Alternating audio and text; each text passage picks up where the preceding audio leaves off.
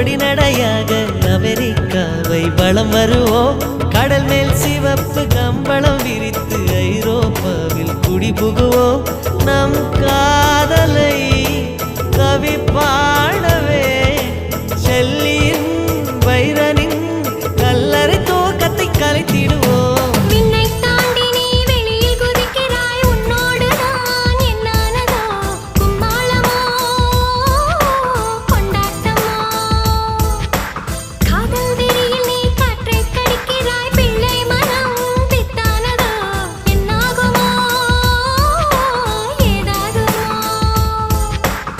வாடை காற்றுக்கு வயசாச்சு, வாழும் பூமிக்கு வயசாச்சு.